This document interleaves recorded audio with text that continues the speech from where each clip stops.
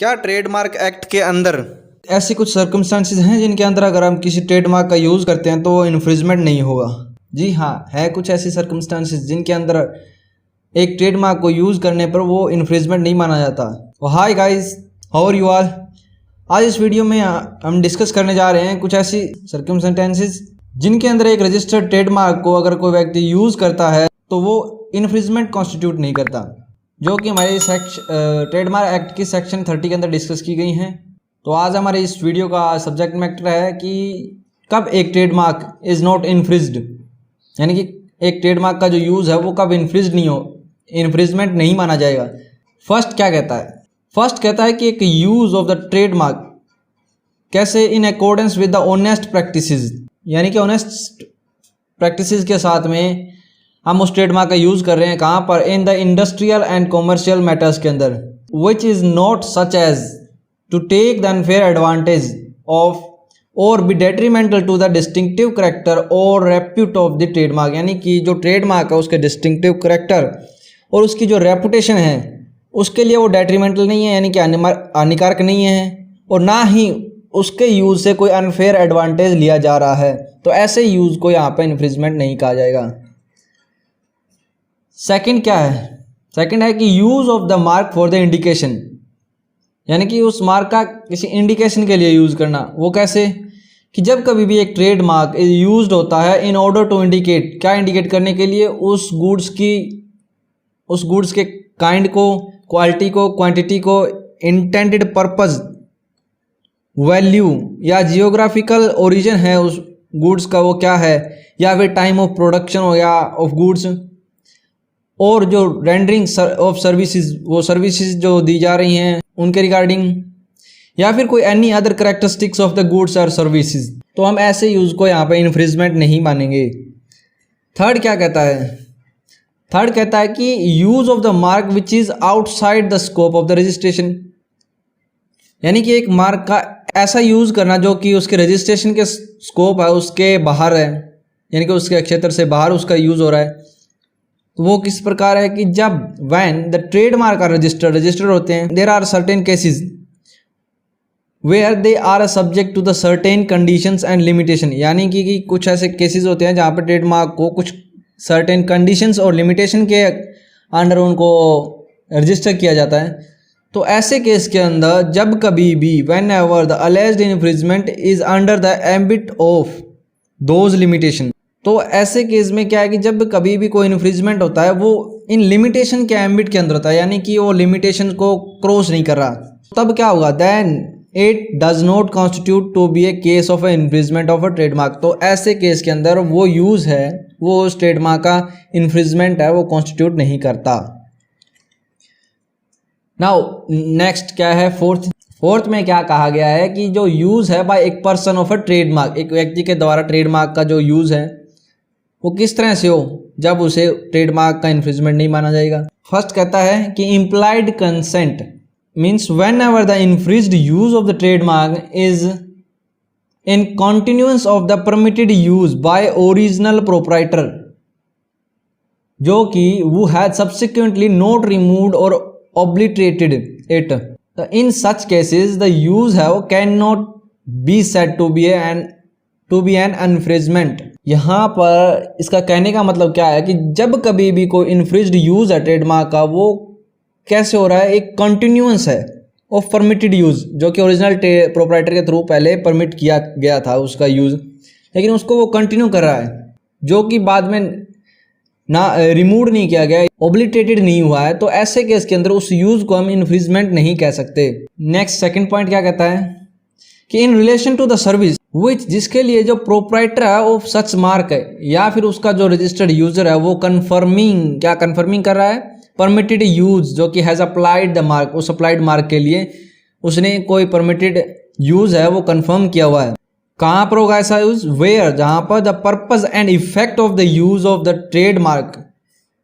Is to indicate, क्या indicate करता है उस ट्रेडमार्क का जो पर्पस है या इफेक्ट है उसके जो यूज करने के दौरान, कि जहाँ पर जो पर्पस एंड इफेक्ट है उस ट्रेडमार्क को यूज करने का वो क्या इंडिकेट करता है कि जो दैट जो दो सर्विसेज हैं वो क्या है, has been performed by the proprietor or registered user of the mark, यानी कि जो सर्विसेज हैं जो कि वहाँ पे यूज़ की जा रही है तो उनका पर्पज़ या इफेक्ट किस तरह से है, वो ऐसे है कि दो services has been performed by the proprietor or registered user of the trademark. तो ऐसे यूज़ को यहाँ पर हम इन्फ्रिंजमेंट की कैटेगरी के अंदर नहीं काउंट कर सकते। नाउ फिफ्थ क्या कहता है, फिफ्थ क्या कहता है कि जो use of a trademark by a person in relation to goods, एक गुड्स के रिलेशन में एक व्यक्ति के द्वारा ट्रेडमार्क का यूज़ होता है जो कि अडॉप्टेड है टू फॉर्म पार्ट ऑफ, उस गुड्स का पार्ट के तौर पे, या फिर क्या है टू बी असेसरी टू, या फिर उसकी असेसरी के तौर पे। तो यहाँ पे जो अदर गुड्स हैं और सर्विसेज हैं इन रिलेशन टू विच, जिनके रिलेशन में वो ट्रेडमार्क है हैज़ बीन यूज़ किया गया है विदाउट इन्फ्रिंजमेंट, बिना किसी इन्फ्रिंजमेंट के, ऑफ द राइट जो कि गिवन है बाय द रजिस्ट्रेशन, यानी कि रजिस्ट्रेशन के थ्रू वो जो राइट दिया गया है उसके इन्फ्रिंजमेंट के बिना उस ट्रेडमार्क का यूज़ किया गया है। एंड और क्या कहता है कि if the use of the trademark is reasonably necessary है, किस लिए, इन ऑर्डर टू इंडिकेट, क्या इंडिकेट करने के लिए, that the goods and services are so adopted, जो गुड्स एंड सर्विसेज जो अडॉप्टेड की गई हैं एज एसेसरी और फॉर्म पार्ट के तौर पे, और क्या इंडिकेट करती हैं कि neither the purpose nor the effect of the use of the trademark, जो कि उस ट्रेडमार्क का जो यूज़ कर रहा है ना ही तो उसका ऐसा कोई पर्पज़ है ना ही उसका कोई ऐसा इफेक्ट है, इज़ टू इंडिकेट, क्या इंडिकेट करने के लिए, एक connection in the course of a trade कि between any person and the goods or service. तो ऐसी सिचुएशंस, ऐसी जो सर्कमस्टांसिस है वो कब अराइज होती हैं, ऑर्डिनरी ये सिचुएशंस हैं वो अराइज होती हैं इन द केस वेयर, जहाँ पर पार्ट और एसेसरीज आर मैन्युफैक्चर्ड है बाय द डिफरेंट पर्सनस, यानी कि किसी व्यक्ति ने किसी पार्टिकुलर गुड्स के लिए कोई ट्रेडमार्क रजिस्टर करवाया है, बट उसके अंदर जो वो एसेसरीज या कुछ उसके पार्ट्स हैं मैन्युफैक्चरिंग के दौरान यूज़ करता है वो किसी अदर पर्सन के। तो यहाँ पर जो ट्रेडमार्क का जो यूज़ होता है in relation to the part and accessories, उन पार्ट और एसेसरीज के रिगार्डिंग में जो ट्रेडमार्क का यूज़ होता है वो इन्फ्रिंजमेंट को कॉन्स्टिट्यूट नहीं करता। नाउ 6 क्या कहता है, 6 कहता है कि use of a registered trademark, जो कि क्या है बीइंग वन ऑफ 2 और मोर रजिस्टर्ड ट्रेडमार्क में से कोई एक जो कि विच आर आइडेंटिकल हैं या नियरली रिजेंबल हैं एक दूसरे के, तो क्या है in exercise of a right to use. तो ऐसे केस के अंदर जो उस ट्रेडमार्क को यूज़ करने का जो राइट है तो उसको एक्सरसाइज करने के अंदर जो कि एक रजिस्ट्रेशन के द्वारा उनको दिया गया है प्रोप्राइटर को, तो ऐसे यूज़ को भी हम इन्फ्रिंजमेंट के कैटेगरी के अंदर नहीं काउंट करेंगे। यानी कि दो आइडेंटिकल ट्रेडमार्क हैं, नियरली रिजेंबल हैं, बट उनको रजिस्ट्रेशन के द्वारा राइट टू यूज़ मिला हुआ है उस ट्रेडमार्क के रिगार्डिंग, तो वहाँ पर ऐसे ट्रेडमार्क का यूज़ है वो इन्फ्रिंजमेंट नहीं माना जाएगा। नाउ 7 क्या कहता है, 7 कहता है कि where the registered trademark is used by a person who is acquired it through assignment or is authorised under a licence, तो such use would absolutely not constitute infringement. एक ट्रेडमार्क का एक ऐसा यूज जो कि उस व्यक्ति के द्वारा उस रजिस्टर्ड ट्रेडमार्क को लॉफुली एक्वायर किया गया है यूज़ करने के लिए,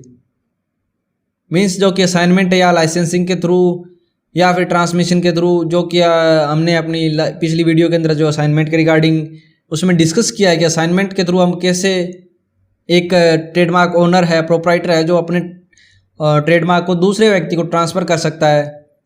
तो ऐसा यूज़ है वो absolutely not constitute the infringement of such trademark. तो ये कुछ सर्कमस्टेंसेस थी जिनके अंदर हम अगर एक ट्रेडमार्क को यूज़ करते हैं तो वो इन्फ्रिंजमेंट नहीं कॉन्स्टिट्यूट करता ऐसा यूज़ उस ट्रेडमार्क का, जो कि हमने यहाँ पर एक बेस्ट वे में समझाने की कोशिश की। आई होप कि आपको ये अच्छे से समझ में आ गया होगा और इसके रिगार्डिंग कोई भी डाउट नहीं रहा होगा। अगर कोई डाउट है तो आप कमेंट सेक्शन में जा कर के पूछ सकते हैं, और इस वीडियो को अपने दोस्तों के साथ में शेयर करें और लाइक करें ताकि उनके भी कोई डाउट्स हैं इसके रिगार्डिंग तो वो क्लियर हो जाएं। Thanks for watching video, like and subscribe for more such video, keep learning.